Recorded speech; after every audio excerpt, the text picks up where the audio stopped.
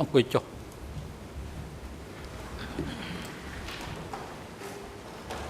អង្គជំនុំជម្រះប្រកាសបន្តកិច្ចដំណើរការនីតិវិធីសកម្មភាពនិងផ្ដល់វិធីការជូនទៅសាប្រញ្ញាដើម្បីបន្តការធ្វើឯកសណ្ឋានបញ្ចប់កិច្ចពិភាក្សានេះរបស់ខ្លួនសូមអញ្ជើញ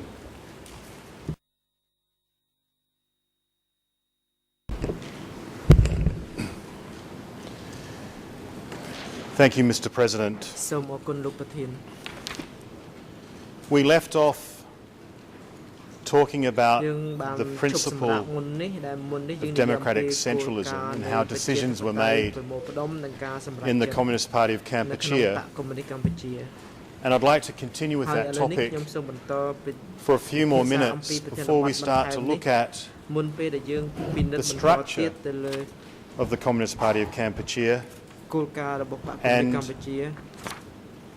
the reporting rules for information going up and down from the top to the bottom of the Communist Party of Kampuchea. Your Honours, the principle and requirement of democratic centralism and collective leadership are also emphasised in the party's revolutionary flag publication. The September-October 1972 issue of the publication instructed that plans must be proposed by the collective in accordance with democratic centralism and criticised local party secretaries who did not follow the principle as follows, and I quote, "In procedures, each level does not hold collective meetings for discussion and decision-making and conferences that draw out experiences. It focuses on isolation, which refers to the leader. Sometimes the appearance of a collective meeting is held, but Comrade Secretary does not promote democracy or encourage members to take problems into account in order to give some comments. The meetings are to mostly agree with the Comrade Secretary's report, with little or no discussion at all, just to kill the time. This also leads to weaknesses of the party's leadership quality. We must overcome these weaknesses as our stance. We must be aware that leadership does not allow or does not follow the collective, disrespects the collective, distrusts the collective, and disrespects the assignments. We must build a habit of respecting the collective and a stance of abiding by the assignments." Unquote. So, Mr. President, Your Honours, it's clear that the requirement of collective meetings and decisions was not a mere formality or something that was done just for appearances. The November 1976 issue of the revolutionary flag warned that, I quote, "When only one or two persons lead, or only one committee leads, every aspect of every matter is not seen." Unquote. The CPK circular entitled "What is the NCAR's ideology and the party's discipline" contains the following explanation of the meaning of democratic centralism. Quote, "During the assembly meeting, every party member has the right and freedom to express opinion, discuss, criticise, challenge and give input to the political line, policy, slogan, objective and the entire plan of the party leadership, or you have the power to ask to review anything. if he or she does not agree with the collective decision, unquote. Your Honours, the evidence before you proves, beyond a reasonable doubt, that both Nguyen Chia and Khieu Samphan participated as members of the party centre in collective decisions on CPK policy and plans. The evidence includes numerous statements by Khieu Samphan and Nguyen Chia themselves expressing their admiration, support and agreement with Pol Pot and the party decisions. In his book, Cambodia's Recent History and the Reasons Behind the Decisions I Made, Khieu Samphan praises Pol Pot, praises his analysis of problems, stating that, quote, his suggested solutions usually proved to be correct, unquote, and that, quote, Pol Pot represented the historical leader who was never wrong when it came to making important decisions, unquote. And in the excerpts I would now like to play from the film Facing Genocide, Khieu Samphan further describes his relationship and support of Pol Pot.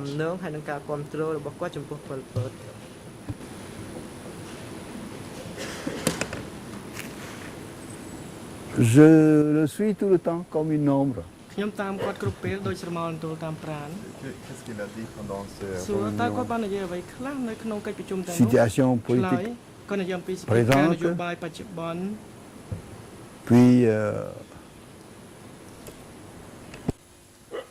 conscience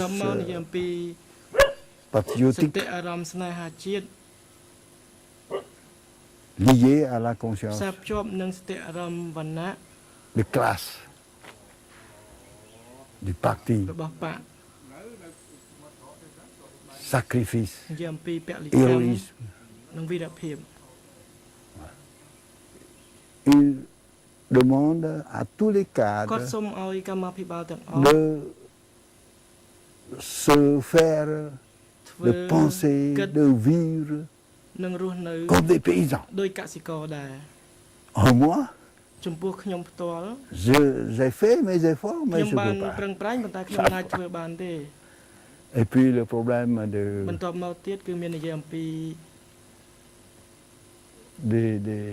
la contradiction marxiste, tout se tient, tout change, la partie et le tout.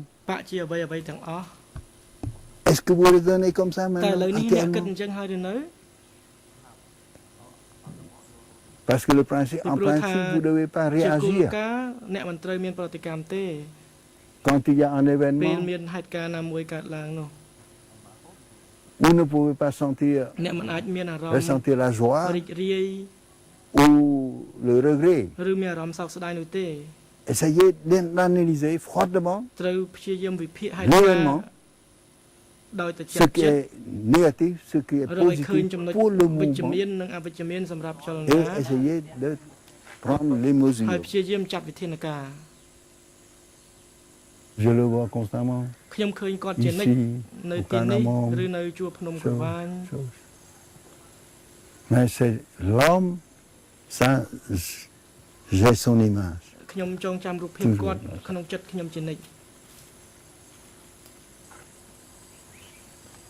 Il vous manquait, Pol Pot?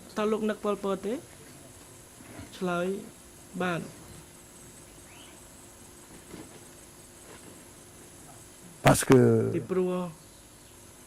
c'est une tête rare, quand même, pour nous.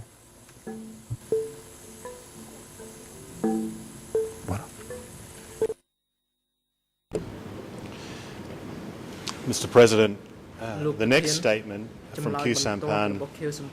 demonstrates his absolute support for the leadership of Pol Pot.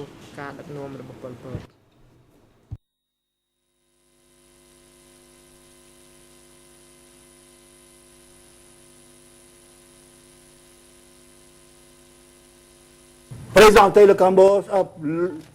le ការបង្ហាញកម្ពុជា Pol Pot បង្ហាញប៉ុលពត diaboliser Pol Pot ថាជាបិសាច pour faire oublier cela ដើម្បីបំភ្លេចស21 accuser comme ça que c'est Pol Pot កម្ពុជា le ក្រោម dictateur ចោទប៉ុលពតថាជាជនផ្ដាច់ qui ការ applique le génocide ប្រព្រឹត្តអំពើប្រល័យ C'est ពូ faux ជសាសន៍មិនត្រឹមត្រូវទេ un grand dirigeant Mais un de dirigeant Nord dans Nord tel Nord mouvement ne peut pas agirធ្វើ comme បែបនេះបានទេ ça s'il agissait comme បើ ça គាត់ធ្វើអញ្ចឹងមែន il នោះ n'arriverait ក៏ pas មិនអាច à បង្ créer កើតចល un នា tel mouvement បែបនេះបានទេ je vais crier ça ខ្ញុំ devant le ស្រែកបែប tribunal នេះនៅចំពោះមុខតុលាការ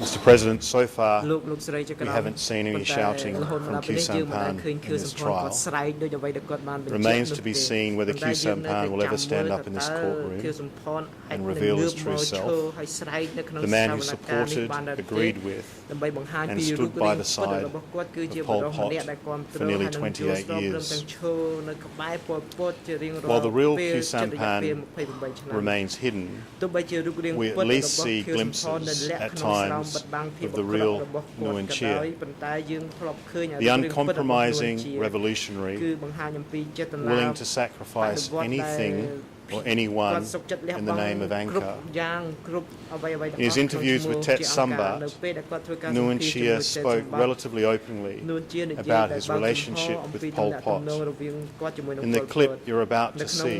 คลิปវីដេ you'll អូ see បន្ត Nguyen ទៅទៀត Chia នេះនួនជា discussing how បាននិយាយ Pol អំ Pot ពី became ការ party ដែលគាត់ក្លាយ secretary, ជាលេខាបក but they decided to work as a ប៉ុន្ team តែពួកគេឯកភាព and គ្នាថា always ធ្វើការជា discussed ក្រុមហើយ issues តែ of ងតែពិភាក្សាអំ importance. ពីបញ្ហាសំខាន់ៗជាមួយគ្នា tôiជំរាបការពិតយ៉ាងនេះការដែលពលពតធ្វើលេខាបកពេលនោះគឺចេះខ្ញុំនេះត្រូវធ្វើលេខាបកពីព្រោះអត់វិតាទូទៅតាទូក៏ជាលេខាណាលេខាហើយក៏ខ្ញុំក៏នេះកាន់ដូចខ្ញុំជាអនុកាន់អនុលោកតាទូណាពីព្រោះខ្ញុំសង្កេតឃើញចេះពលពតក៏មានលក្ខណៈឯករាជ្យហើយក៏មានសមត្ថភាពក្នុងការវិភាគក្នុងការអីហើយពេលនោះណាយើងក៏ត្រូវការបញ្ញាជនមួយចំនួនដែរដើម្បីគេចូលរួមក្នុងការតស៊ូដូច្នោះបានជាខ្ញុំយល់ឃើញថាខ្ញុំមិនមែនជាថាគេថាខ្ញុំបញ្ញាជនតែមិនមែនទេខ្ញុំបញ្ញាជនថ្នាក់ក្រោមដូចអញ្ចឹងបានជាខ្ញុំគិតអញ្ចឹងបានខ្ញុំទៅប្រាប់ពលពតថាក្នុងសភាពការបច្ចុប្បន្ននេះណាខ្ញុំទទួលនាទីជាលេខាមិនសមរម្យទេមិនបានចម្រើនដល់បកទេស្នើសមមិត្តទទួលយកភារកិច្ចហ្នឹងទៅឲ្យពលពតទទួលយកភារកិច្ចជាលេខាទៅគិតមួយសន្ទុះគិតមើលក៏គិតវិភាគអីមកបានគាត់ថាមានអីបើថាអញ្ចឹងយល់ព្រមប៉ុន្តែយើងរួមគ្នាធ្វើការងារទាំងអស់គ្នាអានេះបញ្ហាមានប៉ុណ្ណឹងដូច្នេះគាត់ធ្វើលេខាបកតាំងពីនឹងមកបាទដូច្នេះគ្មានបញ្ហាអីទេឯម្យ៉ាងទៀតមួយទៀតដែលខ្ញុំភ្លេច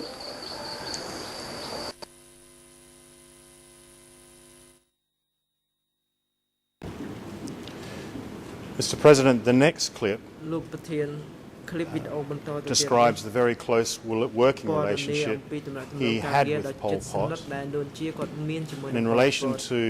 Nguyen Chia's remarks that he wasn't intellectual enough ការលើកឡើងរបស់នួន to be ជា the party secretary, បញ្ញាជន we'll make some comments on that further in our submissions. ជាលេខាបកនេះយើងនឹងពិភាក្សានៅពេលក្រោយបន្តិចទៀតនេះ អង្គការឆ្នាំ60បាទធ្វើអីត្រូវក៏ត្រូវភាសាជាមួយអ៊ំដែរបាទអញ្ចឹងបានន័យថាគាត់នៅគោរពពាក្យសន្យាគាត់ទេគាត់នៅមានការធម្មតាការអីចុះ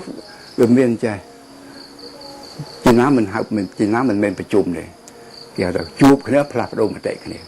អានេះមិនមែនជារូបភាពប្រជុំទេបើប្រជុំវាផ្សេងទៅអង្គុយអីសួរបួលអានេះអត់ជួបគ្នាមកមិត្តខ្ញុំមានបញ្ហាមួយចង់ពិភាក្សាមកអានេះគេហៅថាពីគ្រោះពិភាក្សាគ្នាសួរមតិគ្នាខាងក្រៅប្រជុំដូច្នេះមានអញ្ចឹងវារហ័សតាក់ទងអញ្ចឹងណាមានការអីតាក់ទងគ្នាព្រមដូចខ្ញុំថាមិនបាច់ប្រជុំក៏បានដែរមកគេហៅថាផ្លាស់ ប្ដូរមតិគ្នាពាក្យប្រើកណោះផ្លាស់ប្ដូរមតិគ្នាអានេះត្រូវធ្វើញឹកញាប់ដែរព្រោះមានការអីមិនចេះតែហៅប្រជុំទេពីព្រោះវាគ្មានពេលប្រជុំផងតិចរឿងនេះតិចរឿងនោះដូចខ្ញុំមានរឿងអីផ្លាស់ប្ដូរគ្នាអានេះមិនចឹងហើយជាពិសេសដោះស្រាយរឿងជីវភាពប្រជាជនរឿងអីនេះអូស្មុគស្មាញហ្នឹងមើល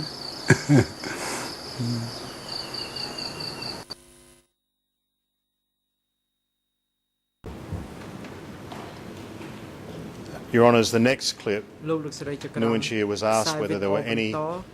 areas of disagreement between him and Pol Pot.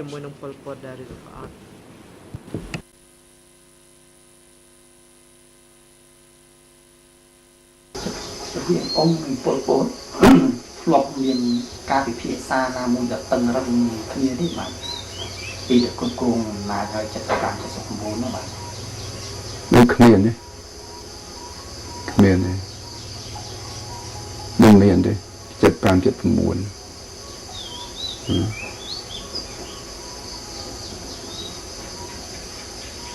bên miền bay hại như thế này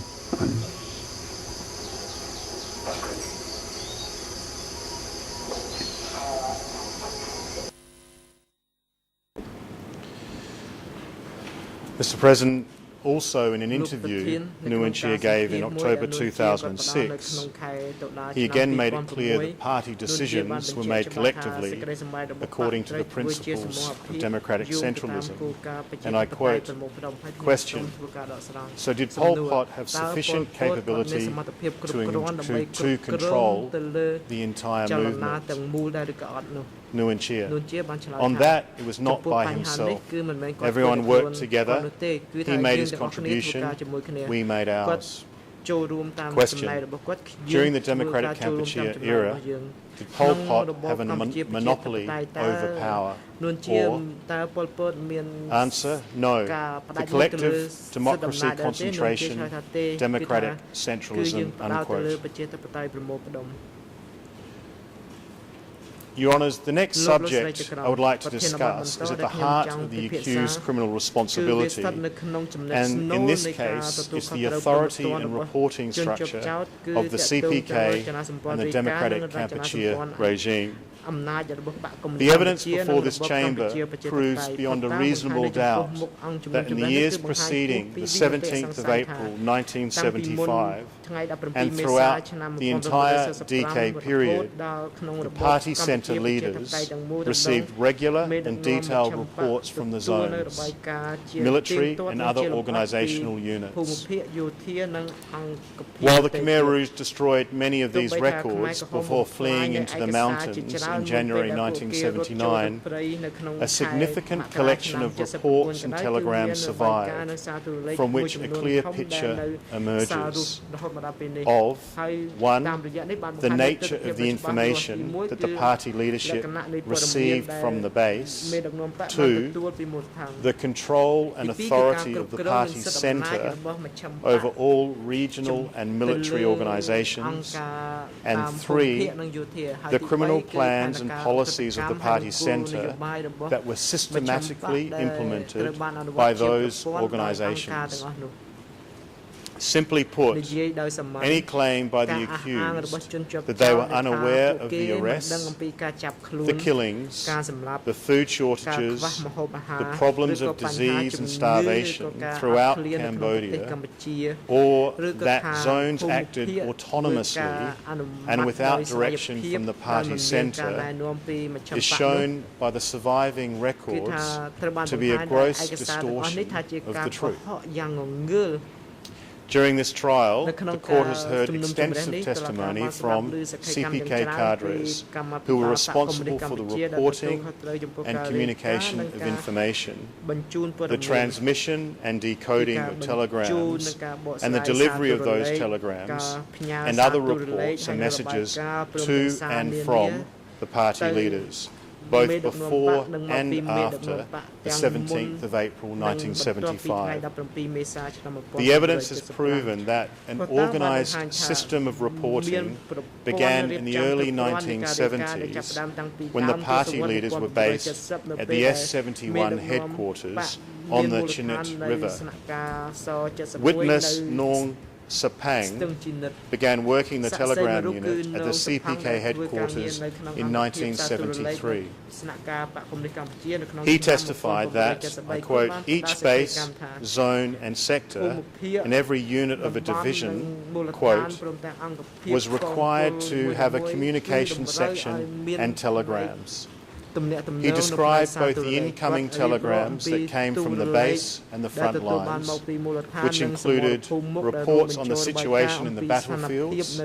and the outgoing telegrams, which were directives from the upper authority for the lower authority to implement, including measures, instructions, circulars for implementation at the base. Nong Sapang specifically testified in this period, prior to April 1975, the telegram communications included instructions to attack particular targets and requests from the base for ammunition and weaponry so that the attacks could be done effectively. Kim Vun, who was also working at the party's Chinit River headquarters in the pre-1975 period, confirmed that the party leaders received telegrams reporting on the practical situation in each respective battlefield, including the battlefields surrounding Phnom Penh. Your Honours, with regard to the frequency of telegram communications, in the pre-17th of April period,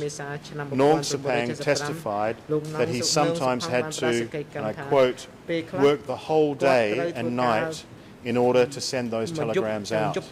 unquote, and further explained, I quote, as far as the telegrams are concerned, the frequency of telegram communication depended on the actual situation of the respective zones. For example, if there was contentious battles, then the telegrams were sent 24 hours around the clock. But for zones that were already liberated, then the telegram communication was less frequent. For example, the East Zone had to communicate very often. It had to operate 24 hours a day, unquote. The testimony of these witnesses that a reporting structure was already in place in the early 1970s is confirmed by the September-October 1972 issue of the Revolutionary Flag, in which the party provided instructions to improve the quality of reporting from the base to the upper level. The publication specified that a mandatory work principle was to report on a clear and regular basis, and that reports from the base should not be limited to military activities.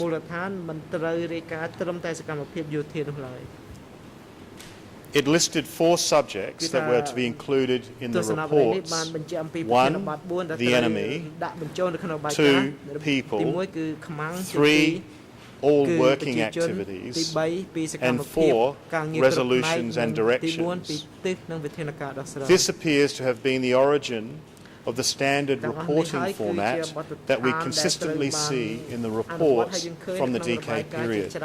which begin with a section on the enemy situation, following by a section on the livelihood of the people and the status of work activities, such as rice production and the building of dams and canals. Your Honours, the 1972 issue of the Revolutionary Flag concluded as follows, and I quote, "Reports have 2 forms, simple and special. In order for us and the senior levels to take hold of the situation clearly and to provide practical instructions, we must report in clear terms and cite short and concrete examples. A report must be systematic, disorderly information must be avoided, Clear and regular reports to the upper levels help them grasp and master the situations, resulting in direct and timely advice. We must practice indoctrination within and outside the party, communicate this line of reporting, that is our work procedure. Without reports, we cannot lead and work, unquote. Your Honours have heard testimony from Pipon and other messengers who delivered messages and letters from the party leaders based at the Chinook River headquarters to the zones in the pre-1975 period. Pipon accompanied Pol Pot and Nuon Chea on trips to the zones where they would meet with the zone committees, conduct study sessions and give detailed instructions regarding the specific situation in a particular zone or sector or district and what measures needed to be done, unquote. The CPK leaders also used written circulars during this time to communicate party lines and policies. The September 1972 issue of Revolutionary Flag instructed zone, sector and district committees how to implement circulars in their regions so as to ensure countrywide unity of the party line, unquote. Your Honours, this evidence proves that a centralised reporting, communication and organisational structure was already in place well before April 1975. It proves that the party centre leaders were receiving reports 24 hours a day on the situation in the battlefields as CPK troops fought towards and entered Phnom Penh. And most importantly, it proves that the party centre had effective control of the zone military divisions and authority to implement party lines and policy decisions in all zone organisational units. The same basic reporting and authority structures continued after the CPK leaders took power on the 17th of April 1975. The party statute required all branches, districts, sectors, committees to maintain a system of reporting to the upper echelon on their situation and work, and required zone committees to report to the Central Committee on the situation and the work of the zone. The 30th of March 1976 decision of the Central Committee refers to a regime of weekly reporting to Office 870. In regards to the reporting structural system that was in place during the DK period, the trial chamber heard detailed testimony from Nong Sapang regarding the K18 telegram office in Phnom Penh, testimony from Suan Kinil regarding the Central Zone telegram office, and testimony from Pan Van, alias Kam Pan, regarding the receipt and transmission of telegrams by the Sector 105 office in Mondulkiri. Each of these witnesses authenticated telegrams and reports that have been admitted by this chamber, as did other zone and sector cadres who were able to confirm the accuracy of information discussed in the telegrams and reports sent to the party centre. The chamber has also heard from several witnesses who authored these telegrams and reports, including Sector 105 Secretary Sao Sarun and Division 801 Deputy Secretary Ung Ren. Nong Sapan and other cadres who worked at the K offices in Phnom Penh also testified to the procedures by which telegrams and reports were distributed to the party leaders. In general, copies of telegrams were prepared for all members of the Standing Committee and for Office 870. Un Tan, who worked as a chief of security at K1, testified in this trial that at least 2 or 3 times each day he received and delivered an envelope of documents to Pol Pot, who would forward the documents to Nuon Chea after he had read them. Your Honours have also seen that many of the telegrams from the DK period have a CC or distribution list in which Uncle Nuon is regularly included as one of the recipients. Here is one example of the standard distribution list that we see in many of the DK telegrams. As you see in this distribution list, one of the copies of the telegram was provided to Office, Brother Nuon, Brother Q, Brother Van, Son Sen and Yang Sari. Norm Sepang testified that the copy marked for Office was received by Brother Dun and maintained at Office 870, while the copy marked for archive or documentation was kept at the K18 telegram office. Your Honours, the evidence before you proves that Khieu Samphan either received or had access to the copies of telegrams and reports that were maintained by Office 870. Khieu Samphan admitted in his interview with the co-investigating judges that he and Dun were the only 2 members of the Office 870 committee, also known as Political Office 870, and that Dun was arrested and disappeared in 1977. In a 2005 interview, Khieu Samphan admitted that one of Dun's functions at Office 870 was to receive zone reports that were sent to 870. The only reasonable conclusion from these facts is that Khieu Samphan had access to the telegrams and reports sent to Office 870 during the period he and Dun were the only 2 members of Office 870 committee, and that was Khieu Samphan who took over for the responsibility for the receipt and maintenance of such documents at 870 after Duan's arrest in February 1977.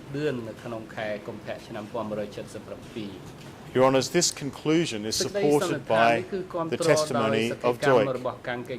who stated that, and I quote, all documents were in the hands of Khieu Samphan, unquote. It's also confirmed by an important piece of evidence, testimony that was provided by Phipon during this trial. Like Duik, Salith Ban, David Chandler and Philip Short, Phipon testified that it was Khieu Samphan who replaced Dun as the chairman of Office 870. Phipon's testimony was based on his day-to-day work experiences as the head of administration at the Ministry of Foreign Affairs. From time to time, Phipon's boss, Yang Sari, needed to send letters or other communications to the provinces. Communications from Phnom Penh to the zones, as well as communications from zones to the leaders in Phnom Penh, all went through Office 870. After the arrest and disappearance of Dun, Phipon was instructed by Yang Sari that Dun had been replaced by Khieu Samphan and that Phipon was henceforth to contact Khieu Samphan when the Ministry of Foreign Affairs had letters to send to the zones. Phipon testified that he delivered such letters to Khieu Samphan at K1 or K3, and that Khieu Samphan told him he would arrange for the delivery or transmission of the letters to the zones. Your Honours, this evidence តាំង proves បានបង្ two ហាញពី critical បញ្ហា issues សំខាន់ in this ចំនួន trial. 2នៅក្នុងការជំនុំជម្រះនេះ First, ទី that 1 Khieu គឺថា Samphan Khieu Samphan succeeded បានទទួលតំ Duen ណែងបន្ត as the ពី chair ដឿនក្នុងឋា of នៈ the ជា Office ប្រធាននៃមន្ទីរ 870 committee, គណៈ870 and second, ហើយទី that 2 Khieu ថា Khieu Samphan's responsibilities ការទទួលខុស at ត្រូវ Office របស់លោក Khieu Samphan នៅក្នុងមន្ទីរ 870 included the 870 receipt រាប់បញ្ចូលទាំងការ and ទទួល delivery ការ of ប្រគល់បញ្ជូន communications ចេញនៅ between Phnom លិខិត Penh តាក់ and the ទងរវាង zones. ភ្នំពេញនិងភូមិភាគនានា In addition ជាពិសេសទៅ to ទៀត his role at តួ Office នាទីរបស់គាត់នៅ 870, where copies of telegrams and reports 870 were sent and ដែលគេបញ្ maintained, ជូនសារទូរ Khieu លេខនៅរបាយ Samphan was ការណ៍ one of the គាត់ទៅ party សារទុក centre leaders គាត់ជាមេដឹកនាំម្នាក់ along នៃ with Nguyen Chia បកកុម្មុយនីសកម្ and ពុជា Pol ជាមួយ Pot, នួនជាហើយនិងពលព who ត regularly ដែល participated ចូលរួមជា in ទីផ្ទាល់ standing នៅក្នុងកិច្ច committee ប្រជុំ meetings អចិន្ត្រៃយ៍ where reports from the ដែល zones គេ would be ពិភាក្សា discussed អំពីរបាយការណ៍ and មកពី meetings ភូមិ between the ភាគ party ហើយនឹងការ centre ប្រជុំ and leaders រវាង from មជ្ឈ those ិមបក zones and ហើយនិងមេដឹក sectors នាំមកពី where ភូ oral មិភាគនិងតំ reports បន់ផ្សេងៗ were made on the same ដែល matters. ស្ដាប់របាយការណ៍ផ្ទាល់មាត់នៅក្នុងកិច្ចប្រជុំលើបញ្ហាទាំងអស់ The guards from K1 and K3 who have testified in this trial have consistently identified Khieu Samphan and Nguyen Chia as two of the party leaders who regularly participated in meetings with zone and sector leaders when they came to Phnom Penh. ភូមិភាគនិងតំបន់នៅពេលដែលគេមកភ្នំពេញ That testimony, Your Honours, is corroborated by the minutes of the 8th of March 1976 Standing Committee meeting on base work, a document that records Khieu Samphan and Nguyen Chia's presence at a meeting at which the secretaries of Siem Reap, Sector 106, and Priya Vahia, Sector 103, and the Deputy Secretary of the North Zone reported to the party centre leaders on the situation in the regions, including the arrest of enemies, rice production, the construction of paddy dikes, and the health and livelihood of the people. Your Honours, the evidence that is before you proves beyond a reasonable doubt that both of the accused received reports and participated in meetings at which they were informed of the situation in the zones and autonomous sectors that formed democratic Kampuchea. If I can now turn to the content of those reports, in paragraph 203 of the written closing submission of Nguyen Chia, he does not dispute that he received reports from the secretaries of the zones and autonomous sectors, but claims that the information contained in those reports was limited or incomplete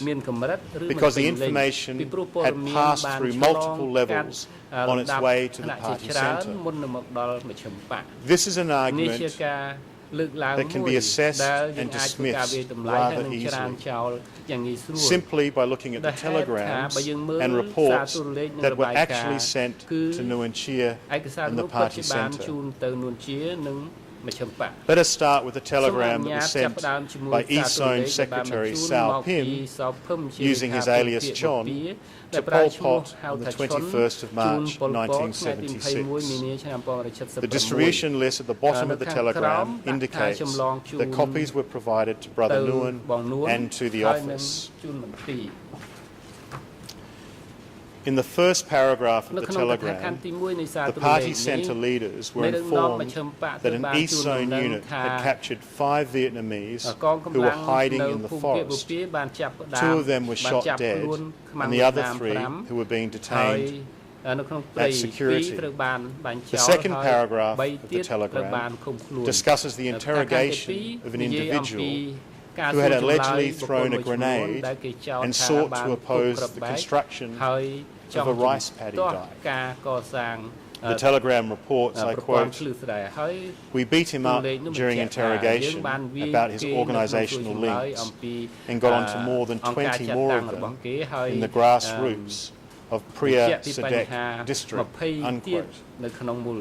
Your Honours, this is a rather short telegram, and yet it reports executions, detentions, and the use of torture in an interrogation of a detainee in order to discover his organisational links. It is completely at odds with Nguyen Chia's claim that the North Zone leaders concealed from the party centre what was going on in their regions. And as we will see, this telegram was not an isolated exception. Rather, it's representative of the types of reports that were sent to the leaders in Phnom Penh on a daily basis throughout the DK regime. If we can look at another region, the Mondulkiri province, or Sector 105, another autonomous sector that reported directly to the party leaders in Phnom Penh. This is a telegram from Chan to Office 870. It was sent on the 20th of May 1977 by Sector 105 Secretary Lang under his alias Chan. We heard testimony in this trial from Lang's son, Kam Pan, who worked at his father's office for a period of time, sending and receiving telegrams. As you may recall, Kam Pan testified that his father reported to and received instructions from Nguyen Chia on matters relating to security. In this telegram, Sector Secretary Lang reports in paragraph 2 on the arrest of Tu Yuan. In paragraph 3, he reports on a suspected internal enemy, noting that, I quote, activities continue one after the other, but we are making arrest and arrest too. Unquote. Your Honours may recall that Sector 105 Secretary Lang died in the fall of 1977, allegedly shot by his deputy during a trip to Phnom Penh. He was replaced as Sector Secretary by Sao Sarun, a witness who appeared and testified in this trial, and who identified a number of telegrams that he sent to Office 870. This is a telegram that was sent by Sector Secretary Sarun on the 9th of April 1978. It describes in full detail an incident in which 2 boats were lost due to a gasoline fire. Despite this being an apparent accident, 2 of the crew members from the boat were arrested, and along with the 3rd man, identified as the contemptible Lean, who had been implicated in interrogations of the crew members. The evidence before Your Honours includes a statement from the brother of Sector 105, Cadre Kang Lean, who describes how Lean disappeared after a boat fire on these boats, and a prisoner list from S21 recording that Sector 105 Commerce Assistant Kang Lean was imprisoned at S21 as of June 1978. The next telegram, Your Honours, is another telegram was sent by Sector 105 Sector Secretary on the 23rd of April 1978. The distribution list for this telegram includes Uncle Nuon and Office,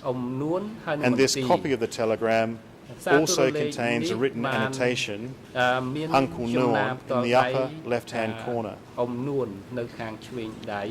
Nong Sapang testified that this is how the head of the K18 office marked telegrams that were of particular importance to a specific leader.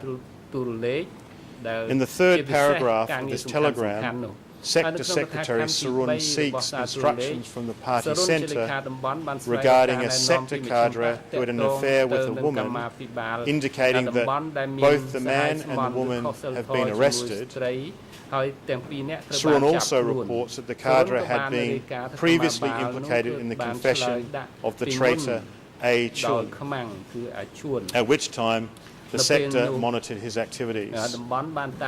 Your Honours, Chun was the former head of the Commerce Office in Sector 105. He was arrested and sent to S21. And as reflected in the telegram and admitted by Sao Sarun, the names of Sector 105 cadres implicated in his S21 confession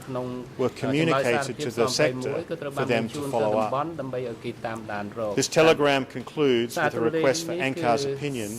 on the penalty and where the arrested cadre should be sent. Your Honours, as with other documents we have just seen, this telegram completely refutes the assertion of the Nuon Chea defence that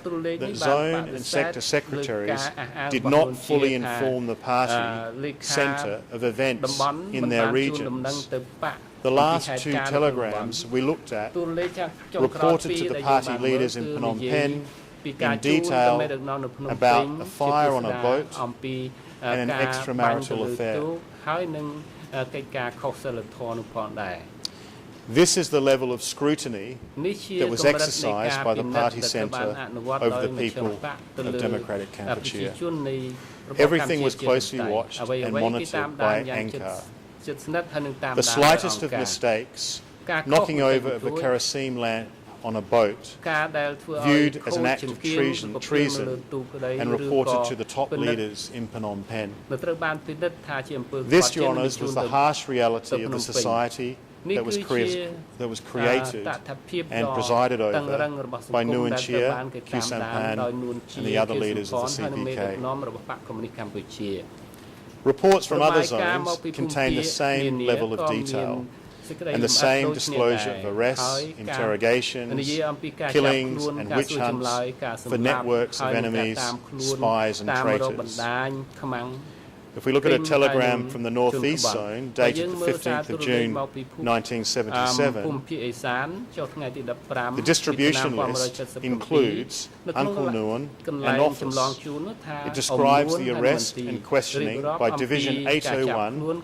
of 209 Vietnamese soldiers of Jarai ethnicity, one of the minority groups that lives in the mountains between Cambodia and Vietnam. The second part of the telegram reports the confessions of contemptible persons burrowing within rubber and cotton plantations, accused of being parts of networks of various traitors. The telegram concludes by requesting a decision of the highest level. Cham Say, the chief of the Division 801 Security Office, testified in this trial that this large group of Jarai detainees was later brought to his prison and executed en masse, pursuant to orders conveyed through the North-East Zone Office. Your Honours have seen many of the telegram's reports from the North Zone Secretary Kang Chap, alias Say, over the course of this trial, and they contain similar detailed reports to the party describing events in that zone. I'll be discussing a few of those telegrams in more detail later, but for the time being, I will simply note that the 10th of April 1978 telegram from Zone Secretary Say to Committee 870, copied to Uncle Nuon and Office as another example of the subject matters that were routinely reported to the party centre leaders. This telegram discusses in detail the external and internal enemy situation in the North Zone, as well as the livelihood of the people. In Section 3 of the telegram, the Zone Secretary describes the ongoing purge of Sector 103, Preah Vihear Province, including those who oppose our revolution openly and secretly. He then describes the arrest of one of those cadres, reporting as follows, and I quote, "We would like to specify and report about female comrade TCW 547, who is the wife of comrade. This female comrade was implicated by many enemies, so I decided to remove this female comrade and brought her to สมัคร stay មិត្ត at នេះ the zone office ហើយបញ្ជូនឲ្យទៅនៅ 801 so that she will not be able to continue her traitorous activities ដើម្បី anymore. កុំឲ្យគាត់អាចចូលរួមក្នុងសកម្មភាពក្បត់បន្តទៅទៀត Your Honours, after the party centre was notified of her arrest, the female cadre described in this telegram, TCW 547, was transferred to Phnom Penh and held at the temporary detention offices on the riverside. Fortunately for her, the Khmer Rouge were chased out of Phnom Penh the following week before she could be transferred to S21. Her interview with investigators from the co-investigating judge's office is part of the record and has been admitted by this chamber. Your Honour, the documents we've been looking at so far represent shorter reports that were sent by telegram. We know from the testimony of the cadres who worked at the telegram offices in Phnom Penh and the zones that each region would generally send one telegram per day to the party centre. The frequency of the telegram communications can also be confirmed by looking at a series of telegrams sent from a particular region, which telegrams are numbered sequentially. In addition to the daily telegrams, the zones also sent weekly and monthly reports to the party centre, which described in even more detail the situation in their regions. E3-1094 is the monthly report from the West Zone for July 1978. The original Khmer report is 14 pages long, and the English translation is 16 pages. The first half of the report is dedicated solely to reports on the enemy situation and purported enemy activities in the West Zone, describing in detail, sector by sector by sector, district by district, and even by individual cooperatives, individuals who had been arrested, interrogated, or executed in those regions, as well as persons suspected of being enemies. E3/179 is a report from the Northwest Zone for the period of the 4th to the 29th of May 1977. And E3/1179 is a Northwest Zone report for the period 24th of May to the 7th of June 1977. Like the report from the West Zone, they contain detailed information on enemies, rice production, available food supplies, and the health of the people for the various sectors in the Northwest Zone. Because these reports are lengthy, I won't go through them in detail, but they are important documents. When you consider the claim of the Nuanchia defence that the information reported to the party centre by the zones was limited in nature. I do wish to direct Your Honour's attention to Section 2 of a 29th of May 1977 report from the Northwest Zone, which discusses the people's situation in the zone. Contrary to what we have heard from the accused throughout this trial, the Northwest Zone made very clear in its reports the food shortages and health problems of the people who were living there. In this document, the Northwest Zone reports as follows, and I quote, "People's living standard is a shortage in many regions. Now,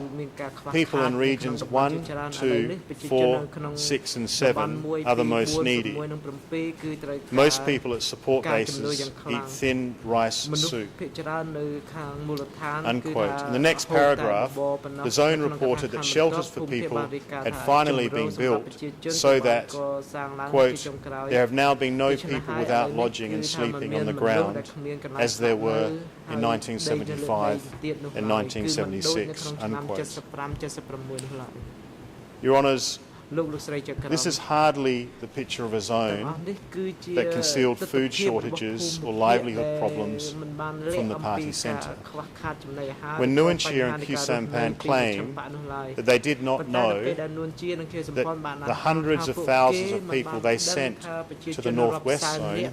lacked sufficient food, shelter and medicine, they are clearly lying.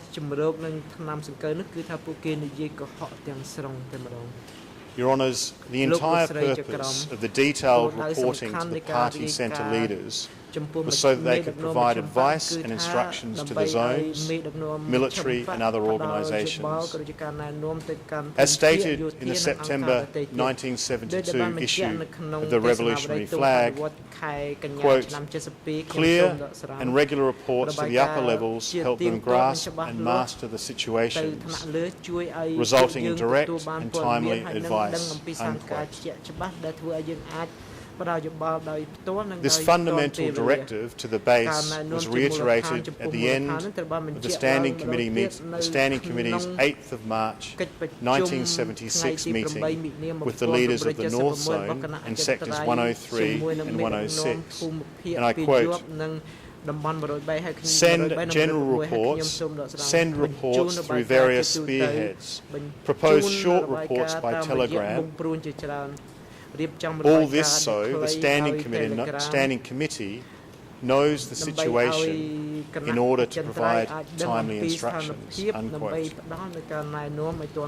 Your Honours, we've seen that many of the telegrams sent to the leaders in Phnom Penh asked for instructions or advice, and the witnesses have testified before this chamber confirming that the party leaders responded to the telegrams. Sector 105 Secretary Sao Surin testified that his telegrams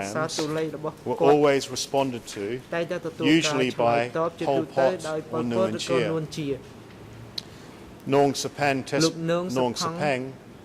described the outgoing telegrams sent by Office 870 as directives from the upper authority to the lower levels that covered all aspects of the country. Your Honours, the basic authority structure of the CPK, including the relationship between the centre and the zones, was defined in the party statute, which designated the Central Committee as the highest operational unit throughout the country. If we look at Article 23 of the CPK statute, it assigned to the Central Committee the responsibility, quote, 1, to implement the party political line and statute throughout the party, and 2, instruct all zone and sector city organisations to carry out activities according to the political line, unquote. If we look at Article 27, with respect to the military, it provides that the Revolutionary Army of Kampuchea must be under the absolute leadership monopoly of the Communist Party Kampuchea. As members of the Central Committee and as part of the small group of the party centre leaders that govern the country on a day-to-day basis, both Nuon Chea and Khieu Samphan had authority over and responsibility for the zone and military cadres who carried out the crimes that are the subject of this trial. The defence theory that zones acted autonomously is also refuted by the documents that record the decisions and policies of the party centre. Circulars issued by the Central Committee, the Revolutionary Flag publication and meetings of the Standing Committee. These documents show an authority structure in which the party centre made decisions and oversaw the implementation of party lines and policies by the zones, military and other DK organisations. A clear example of the authority of the Central Committee is the circular it issued on the 20th of June 1978 revising the party policy towards enemies.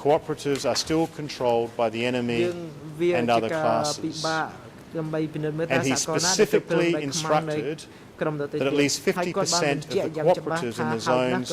were to be clean in accordance with the class line by the year end,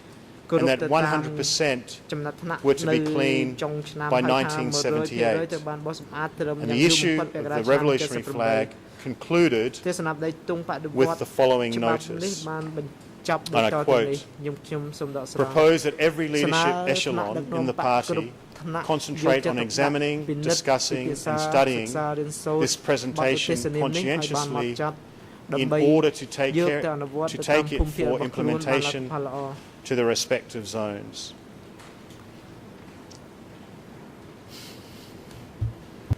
បាទអរគុណលោកតំណាងប្រពៃញ៉ា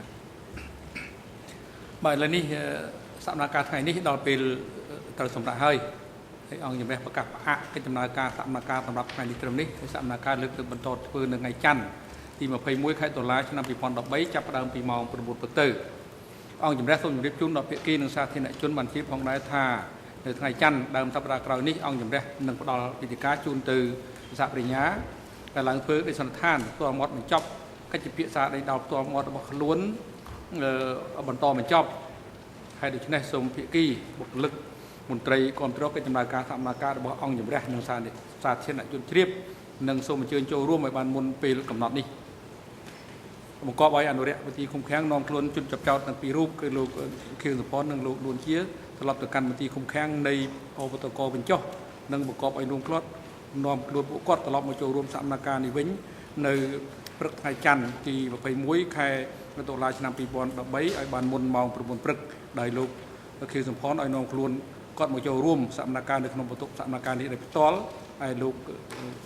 នួនជាបង្កប់ឲ្យនាំខ្លួនមកត្រឹមបន្ទប់ឃុំខ្លួនដែលរៀបចំនៅឧបករណ៍ទទូសសម្រាប់គាត់អាចចូលរួមនៅតាមដានកិច្ចដំណើរការសកម្មភាពពីចម្ងាយ